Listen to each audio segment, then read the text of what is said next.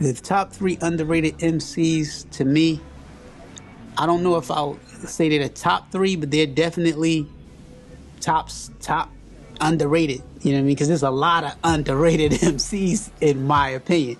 MCs that don't even really consider when they're talking about these things, man. I mean, we have these conversations and 3000 never really come up. Andre 3000 is underrated. With all his success, he's an underrated MC to me.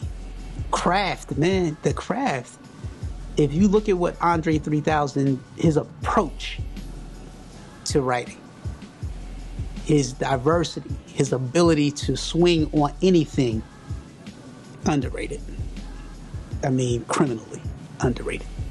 Black Thought, criminally underrated. Criminally underrated. If you sit down and listen word for word, bar for bar, song for song, depth. His depth is criminally underrated.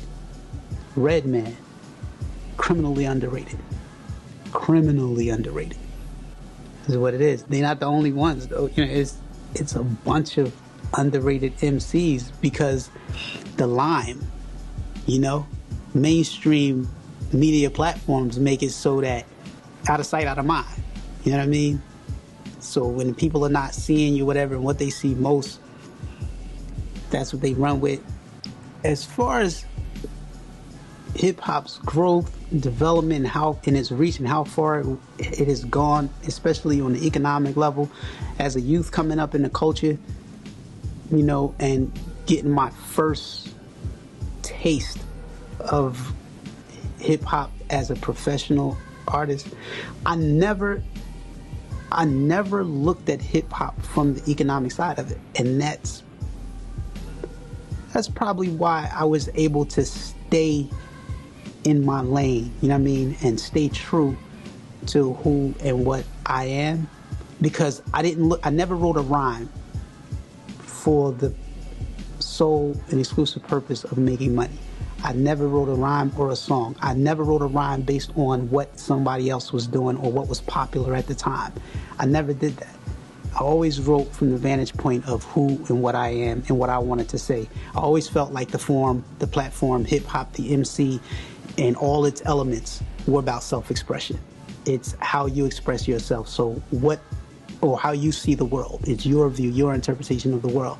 I felt like, you know, emulating other MCs or crafting music specifically for commercial reasons, it took from the music to me. It took from the soul of the music. So I never went into that kind of thinking. You know, we made money. Yes, we made money. We wanted to make money when we realized we can. You know, it's like Red Alert said to me. The first thing Red Alert said to me about the business when I met Red Alert, first full conversation we had, he said it's a hobby that's going to become a hustle and then a headache. He said the hobby will become a hustle, then a headache. 3 H's. You know, and it did.